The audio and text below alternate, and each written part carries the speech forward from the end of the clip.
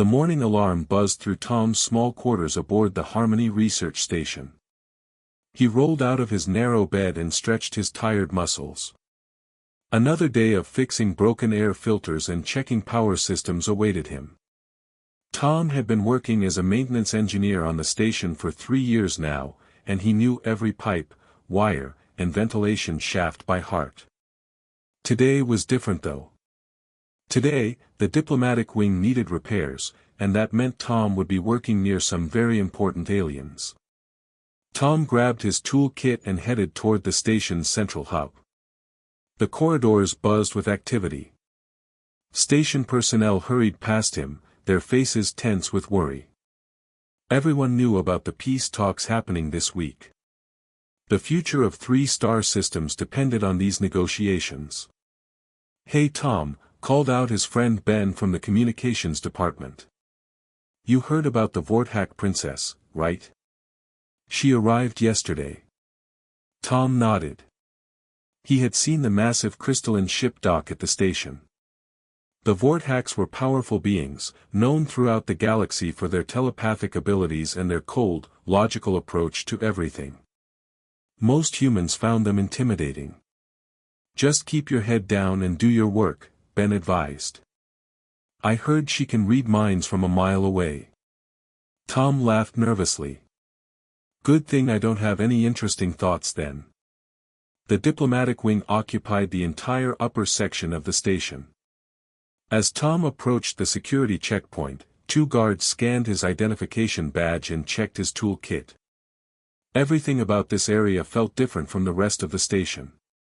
The walls were cleaner, the lighting softer, and the air carried a faint scent of exotic flowers from different worlds.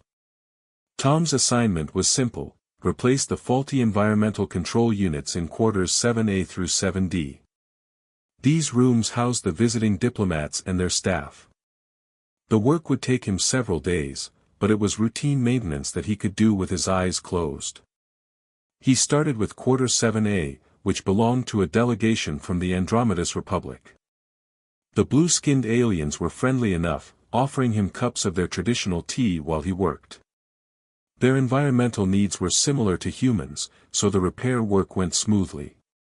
Quarter 7B housed representatives from the Titan Collective. These tall, gray beings barely acknowledged Tom's presence as he replaced their air filtration systems. They seemed more interested in their holographic documents than the human crawling around their ceiling panels. It was when Tom reached quarter 7C that everything changed. The door slid open to reveal the most beautiful being Tom had ever seen. Princess Zara of the Vorthak Empire stood near the large viewing window, gazing out at the stars. Her skin had a subtle crystalline quality that caught the light in fascinating ways. Her long, silver hair flowed like liquid metal down her back. But it was her eyes that captured Tom's attention. They were deep purple, like amethyst gems, and they held a sadness that seemed to reach into his soul. "Your Highness," Tom stammered, nearly dropping his tool kit. "I'm here to fix your environmental systems. It should only take a few hours." Princess Zara turned to look at him. Her gaze was intense, as if she could see right through him. For a moment, Tom worried that the stories about Vorthak telepathy were true. "Proceed with your work, human," she said in a voice that sounded like music. "I will not interfere." Tom tried to focus on his job, but he found himself stealing glances at the princess as he worked. She moved with incredible grace, every gesture deliberate and elegant. When she touched the control panels, they responded as if they were extensions of her own body. The environmental control unit in her quarters was more complex than the others. It had been modified to accommodate Vorthak physiology, which required specific atmospheric conditions. Tom worked carefully, making sure not to disturb any of the sensitive adjustments. As he calibrated the temperature controls, Tom overheard parts of a conversation between Princess Zara and her advisors. They spoke in their native language, but the universal translator in his earpiece allowed him to understand. "The humans are more primitive than we expected," said one advisor. Their emotional responses interfere with logical decision-making. Perhaps, replied the princess, but their unpredictability might be useful in these negotiations. You give them too much credit, Your Highness. They are driven by base instincts and irrational fears.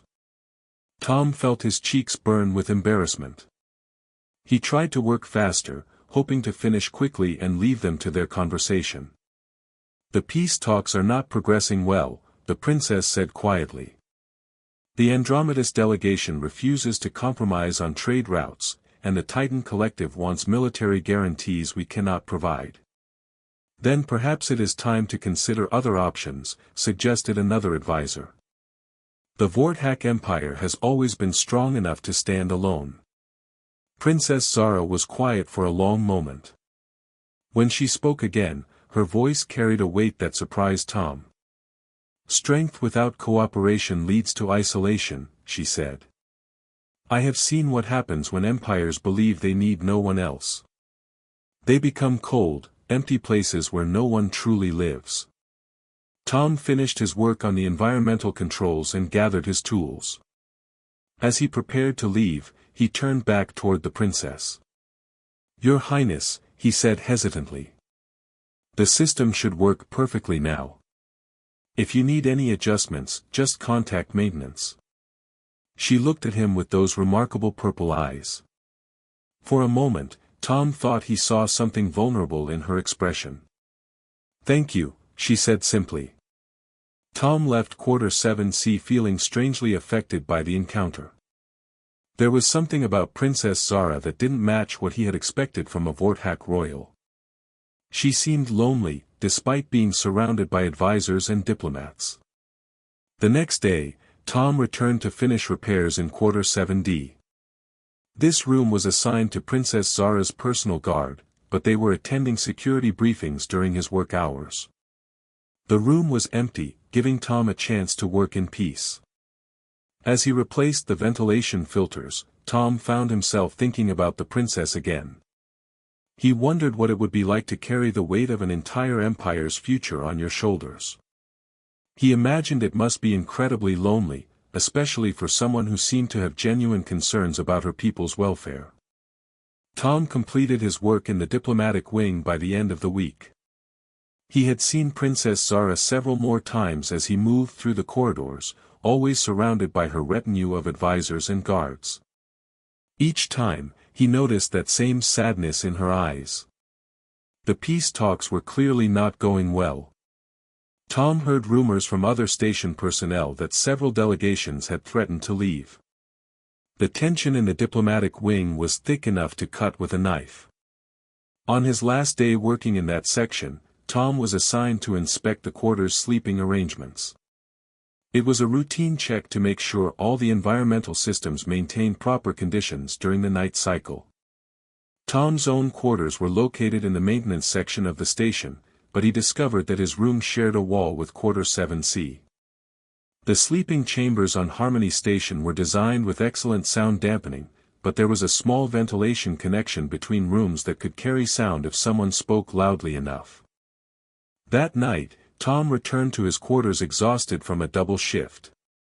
The station's main power grid had developed problems, and he had spent 16 hours crawling through access tunnels to repair damaged conduits. All he wanted was to fall into his bed and sleep for 12 hours straight. Tom had always been a sleep talker. Since childhood, he had carried on conversations in his dreams, much to the amusement of his family and roommates. He had learned to live with this habit, though it sometimes embarrassed him when staying in shared accommodations. As Tom fell into a deep sleep that night, his unconscious mind began processing the events of the past week. In his dreams, he found himself thinking about Princess Zara and the difficult situation she faced. She looked so tired, Tom mumbled in his sleep, his words carrying through the ventilation connection to the adjacent room. All those advisors talking at her, but nobody really listening to what she needs. On the other side of the wall, Princess Zara sat in her meditation chamber, following the nightly routine that helped her mind process the complex political situations she faced. Vorthak meditation required absolute silence, which made their sleeping quarters acoustically perfect for detecting even the smallest sounds. Tom's voice drifted through the ventilation system, and Princess Zara found herself listening despite her better judgment. "I bet she never gets to just talk to someone normal," Tom continued in his sleep. "Everyone treats her like she's made of crystal instead of treating her like a person. That must be really lonely." Princess Zara paused in her meditation.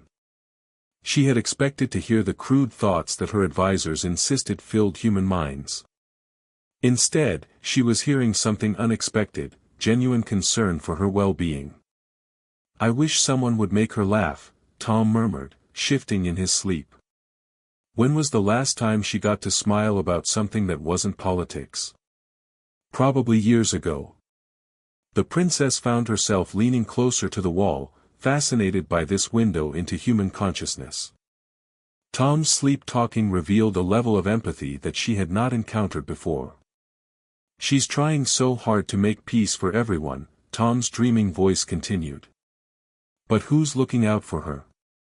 Who makes sure she's okay?" These words touched something deep inside Princess Zara that she had not felt in decades. The Vortak Empire valued logic and strength above all else. Emotions were considered weaknesses to be controlled and hidden. Yet here was a human expressing genuine care for her emotional state without any political motivation. "I bet she has to be perfect all the time," Tom said in his sleep. "Never allowed to make mistakes or show that she's scared or uncertain. That's got to be exhausting." Princess Zara realized that Tom had somehow understood something about her life that even her closest advisors missed. The weight of royal responsibility did require her to maintain a perfect facade at all times. She had not been allowed to show uncertainty or fear since her coronation 15 years ago. "Maybe if people saw that she's trying her best, they'd be more willing to work with her instead of against her," Tom murmured. "She seems like she really cares about making things better for everyone." For the first time in years, Princess Zara felt a genuine smile cross her face. This human maintenance worker had seen through her royal mask to recognize the person underneath. His unconscious observations were more accurate than the detailed psychological profiles her intelligence advisors had compiled about her. "I hope someone tells her that she's doing a good job," Tom said softly in his sleep. "Even if the talks don't work out, at least she tried. That takes courage." Princess Zara found herself chuckling quietly at Tom's innocent honesty. The sound surprised her. When was the last time she had laughed? She could not remember. As Tom's sleep-talking continued through the night, Princess Zara listened to his unconscious thoughts about the peace negotiations, about the different alien species on the station, and about his hopes for a better future where everyone could work together. What struck her most was Tom's complete lack of fear regarding her telepathic abilities. He seemed to assume that if she could read his mind, she would find thoughts worth knowing. His unconscious honesty revealed a level of personal integrity that impressed her. "Maybe humans aren't as primitive as we thought," Princess Zara whispered to herself as dawn approached. She realized that she had discovered something remarkable, a being whose thoughts remained genuine even when he believed no one could hear them. Tom's sleep-talking had revealed that human consciousness possessed depths her people had not suspected. As the station's artificial morning cycle began, Princess Zara made a decision that would change the course of the peace negotiations. She had learned more about humanity from one night of listening to Tom's unconscious thoughts than from weeks of formal diplomatic exchanges. The question now was what to do with this newfound understanding. Princess Zara spent the next morning in deep thought. The peace talks were scheduled to resume in 3 hours, and she knew today would likely be the final attempt at reaching an agreement. The Andromedus delegation had already threatened to leave if no progress was made, and the Titan Collective had grown increasingly hostile toward any compromise. Her advisors gathered around the conference table in her quarters, reviewing their strategy for the day's negotiations. Their approach remained unchanged: logical arguments, economic data, and military projections. The same methods that had failed for the past 2 weeks. Your Highness, said her chief advisor, a tall Vorthak named Kelrin. Perhaps it is time to accept that these peace talks cannot succeed. Some species are simply too different to coexist peacefully. Princess Zara listened to the familiar arguments while thinking about Tom's sleep talking from the previous night. His unconscious mind had revealed insights about cooperation and understanding that her trained diplomats had missed entirely. Kelrin, she said suddenly. What do you know about the human maintenance worker who repaired our environmental systems? Her advisor looked puzzled. Very little, Your Highness. He completed his assigned tasks efficiently. Why do you ask? I want to speak with him privately before today's negotiations begin. The advisors exchanged concerned glances. Speaking privately with a human worker was highly irregular for a Vorthak royal.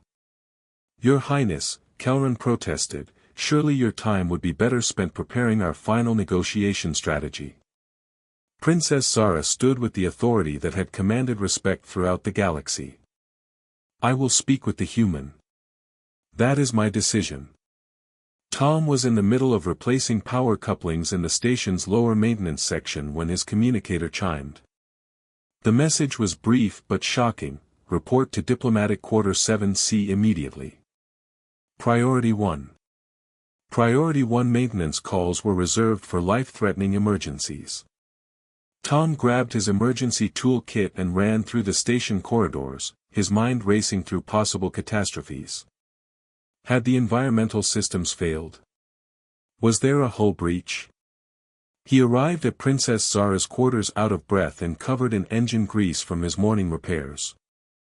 The door slid open before he could announce himself. Your Highness, Tom gasped, what's the emergency? Are your life support systems failing? Princess Zara stood alone in her quarters. Tom noticed immediately that her usual retinue of advisors and guards was absent. There is no mechanical emergency, she said calmly. I requested this meeting to speak with you privately. Tom's confusion must have shown on his face because Princess Zara gestured for him to sit in one of the elegant chairs near her viewing window. I must tell you something that may surprise you, she began. Our quarters share a ventilation connection. Last night, I heard you talking in your sleep. Tom's face turned bright red with embarrassment. Oh no. Your Highness, I'm so sorry. I've always been a sleep talker. I had no idea the sound carried through to your room. I'll request a room transfer immediately. Please, sit down, Princess Zara said gently. You misunderstand. I am not upset about what I heard. Quite the opposite. Tom remained standing, too mortified to process her words clearly. I probably said something completely inappropriate. I talk about all kinds of random stuff when I'm asleep. Most of it doesn't make any sense.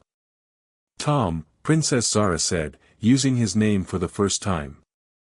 You spoke about me last night. About the peace negotiations. About the loneliness of leadership and the courage required to keep trying when everything seems hopeless. Tom stared at her in shock. I said all that while I was asleep. You did. And in doing so, you revealed something about humanity that my people have failed to understand. Princess Zara moved to stand beside the viewing window, gazing out at the stars. Your unconscious thoughts showed a level of empathy and insight that impressed me greatly. I don't understand, Tom said honestly. How could my sleep talking be important enough for a princess to hear? Princess Zara turned to face him directly. Because in your unconscious state, you demonstrated something my species considers impossible, genuine honesty without self-interest. You expressed concern for my well-being simply because you perceived that I might need support. No political agenda, no personal gain, just authentic care for another being. Tom slowly sank into the offered chair, overwhelmed by this revelation. You can really hear everything through that wall. Vortex sleeping chambers are designed with perfect acoustics for meditation purposes, she explained. But that is not the important point. What matters is what your honest thoughts revealed about human nature. Which is what exactly? Princess Zara sat in the chair across from him. That humans possess something my people have lost in our pursuit of logic and efficiency, the ability to care about others without calculating the benefits to themselves. Tom scratched his head, still trying to process this conversation. Your Highness, I'm just a maintenance guy. I fix broken machines and clean air filters. I don't know anything about diplomacy or politics. Perhaps that is exactly why your perspective is valuable, she replied. Tell me, based on your observations this past week, what do you think is preventing these peace talks from succeeding? Tom hesitated. Are you sure you want my opinion? I'm probably way off base about all this stuff. I am certain. Please speak freely. Tom took a deep breath. Okay, well, from what I've seen, everyone's trying so hard to protect themselves that nobody's really listening to what the other groups actually need. It's like watching three people argue about directions when they're all trying to get to the same place but using different maps. Princess Zara leaned forward with interest. Explain what you mean. The Andromedas folks want secure trade routes because their economy depends on commerce between systems. The Titan Collective wants military guarantees because they've been attacked before and they're scared it'll happen again. Your people want stability so the Vortex Empire can continue developing advanced technology for everyone's benefit. Tom paused, then continued. But instead of talking about how to give everyone what they need, everybody's focused on what they're afraid of losing. Princess Zara stared at Tom with growing amazement. In 1 week of casual observation, you have identified the core issue that has eluded our diplomatic experts for months. Really? It seemed pretty obvious to me. That is precisely the point, Princess Zara said with excitement. Your mind approaches problems without the layers of political calculation that blind us to simple solutions. Tom shrugged. I guess when you spend your time fixing broken machines, you learn to look for the actual problem instead of just treating symptoms. Princess Zara stood suddenly, her decision crystallizing. Tom, I want you to attend today's peace negotiations. What? Your Highness, that's impossible. I'm not qualified for diplomatic meetings. I don't even own proper clothes for something that formal. Your qualifications are exactly what we need, the ability to see clearly without political bias. She moved to her communication console. I am requesting that you be assigned as a cultural liaison for these talks. But I don't know anything about alien cultures. Princess Zara smiled, an expression that transformed her entire face. You know something more valuable, you understand how to care about others authentically. That knowledge may be the key to saving these negotiations. Within an hour, Tom found himself wearing borrowed diplomatic attire and sitting in the main conference room of Harmony Station. The circular table accommodated representatives from all three major powers, along with their advisors and translators. The Andromedas delegation consisted of 5 blue-skinned beings with elaborate ceremonial robes. Their leader, Ambassador Nexus, kept checking chronometer displays, clearly impatient with the proceedings. The Titan Collective had sent 3 tall, gray representatives who communicated primarily through electronic devices that translated their thoughts into audible speech. Their military bearing suggested they viewed these talks as a potential trap. Princess Zara sat with her usual advisors, but Tom noticed she had positioned herself where she could observe all participants clearly. Her introduction of Tom as a cultural liaison had raised eyebrows around the table, but no one had objected outright. Let us begin today's session, announced Station Commander Hayes, serving as the neutral moderator. Ambassador Nexus, you requested the floor first. The Andromedas leader stood with obvious frustration. Commander Hayes, I see no point in continuing these discussions. The Vorthak Empire refuses to guarantee safe passage through their territory, and the Titan Collective demands military support we cannot provide. Our people need trade routes, not empty promises. The Titan representative activated his translation device. The Andromedus delegation ignores security realities. Trade routes mean nothing if hostile forces destroy merchant vessels. Protection must come first. Princess Zara's advisor began a lengthy response about economic data and territorial sovereignty, but Tom could see the same pattern emerging that had deadlocked previous sessions. Everyone was defending their position without addressing underlying concerns. "Excuse me," Tom said quietly, then repeated louder when nobody heard him over the growing arguments. "Excuse me." The room fell silent, all eyes turning toward him. Tom felt his heart racing as he realized he had just interrupted three of the galaxy's most powerful leaders. "Sorry for speaking up," Tom said nervously. "But I was wondering if I could ask a question that might help me understand something." Commander Hayes nodded encouragingly. "Please proceed, Liaison Tom." "Ambassador Nexus," Tom began, "your people need those trade routes to maintain your economy, right? But what would happen to your traders if those routes weren't safe?" The Andromedus leader looked puzzled by the simple question. "They would be vulnerable to attack, obviously. Commerce cannot function without security." "Right," Tom continued. "And Titan Collective representatives, you need military guarantees because your worlds have been attacked before, and you're trying to make sure your people stay safe, correct?" The gray beings exchanged glances through their translation devices. "Correct. Security is our primary concern." "And Princess Zara," Tom turned to her, "the Vorthak Empire wants stability throughout this region so everyone can benefit from technological advancement and peaceful development." "That is accurate," she confirmed. Tom took a deep breath. "So it sounds like everyone wants the same basic thing, a safe, stable region where people can live and work without fear. The difference is just in how you think that safety should be achieved." The room remained quiet as the delegates considered this simple observation. "What if," Tom continued, "instead of each group trying to get guarantees from the others, you work together to create a system that gives everyone what they actually need?" Ambassador Nexus leaned forward. "Explain what you mean by that." Tom looked around the table, gathering his thoughts.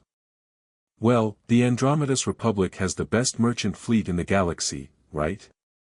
And the Titan Collective has incredible military technology. The Vorthak Empire has advanced communication systems that could coordinate everything." He paused, then continued with growing confidence. "What if you created a joint security force? Titan military technology protecting Andromedus trade vessels, with Vorthak communication networks coordinating patrol schedules and threat assessment. Instead of everyone defending their own territory separately, you'd all be working together to make the entire region safe." The Titan representative activated his translator. "This would require unprecedented cooperation between our species." "Yes," Tom agreed. "But think about what you'd get in return. Titan worlds would have guaranteed access to Andromedus trade goods and Vorthak technology. Andromedus merchants would have the best military protection available and advanced communication systems for their ships. The Vorthak Empire would have stable partners for developing and sharing new technologies." Princess Zara spoke up. "Tom is suggesting that instead of seeing each other as potential threats, we view ourselves as complementary strengths." "Exactly," Tom said excitedly. "You're all good at different things. Instead of competing, you could be combining your strengths to solve problems none of you could handle alone." Ambassador Nexus stood and began pacing around his section of the table. The economic implications would be significant. Shared security costs, expanded trade networks, technological advancement. The Titan delegation huddled around their communication devices, engaged in rapid electronic discussion. Finally, their leader addressed the room. This proposal would require detailed planning and extensive trust-building measures. Princess Zara looked directly at Tom. How do you suggest we begin building that trust? Tom thought for a moment. Maybe start small. Pick one trade route that all three groups use regularly. Set up a joint patrol system for just that area. If it works well, expand it gradually. Let people see the benefits before committing to anything huge. Commander Hayes activated his recording system. I believe we have the foundation for a productive discussion. Should we establish working committees to develop the details of this cooperative framework? Over the next several hours, the negotiation dynamics changed completely. Instead of defending positions, the delegations began exploring possibilities. Tom found himself answering questions about human approaches to problem-solving, cooperation, and trust-building. On Earth, Tom explained when asked about conflict resolution, we learned that the best way to stop fighting is to give everyone something to work toward together that's bigger than their individual problems. The breakthrough came when Princess Zara suggested something unprecedented, a cultural exchange program alongside the Joint Security Initiative. Representatives from each species would live and work together on stations like Harmony, learning about each other's strengths and perspectives. If Tom's observations this week taught me anything, she told the assembled delegates, it is that understanding each other as individuals, not just political entities, creates possibilities we cannot imagine when we remain separate. Ambassador Nexus nodded thoughtfully.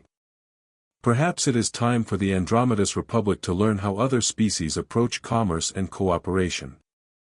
The Titan Collective representative activated his translator with what sounded like approval. Shared knowledge creates shared strength. This concept has merit. By evening, the foundation for the Trinary Cooperation Accord had been established. The three empires would begin with joint security patrols, expand to technological sharing agreements, and eventually develop integrated cultural and economic programs. As the formal session concluded, Princess Zara approached Tom privately. You have achieved something remarkable today, she said. Your honest, direct approach revealed solutions that formal diplomacy could not reach. Tom shook his head in amazement. I still can't believe any of this happened. Yesterday I was fixing air filters, and today I apparently helped negotiate a peace treaty. You did more than that, Princess Zara replied. You demonstrated that humanity's greatest strength is not your technology or military capability. It is your ability to remain genuinely honest and caring even when you believe no one is listening. You mean the sleep-talking thing? Princess Zara chuckled, the sound warm and genuine. Yes, the sleep-talking thing. Your unconscious mind revealed that human consciousness operates on principles of empathy and authentic concern for others. That insight changed everything. Tom grinned. Well, I guess there's a first time for everything. Even for sleep-talking being useful. I have a request, Princess Zara said. The Trinary Cooperation Accord will require ongoing cultural liaison work. Would you be willing to accept a permanent position as a diplomatic cultural advisor? Tom's eyes widened. You want me to keep doing this stuff? Working with alien diplomats and helping with negotiations? I want you to keep being exactly who you are, someone who sees clearly, cares genuinely, and speaks honestly about what you observe. The galaxy needs more of that perspective. Tom looked out the viewing window at the three massive ships docked at Harmony Station, representing civilizations that had been on the brink of conflict just days ago. Now they would be working together, building something better than any of them could achieve alone. Your Highness, he said finally, I'd be honored to help however I can. That night, Tom returned to his quarters with a new appreciation for the strange turns life could take. As he prepared for sleep, he wondered what conversations his unconscious mind might have with itself now that he knew someone was listening. In the adjacent room, Princess Zara settled into her meditation position, but instead of focusing on political complexities, she found herself looking forward to whatever honest insights Tom's sleeping mind might share about their remarkable new beginning. For the first time in years, the future seemed full of hopeful possibilities rather than diplomatic obstacles. And it had all started with a maintenance worker who talked in his sleep.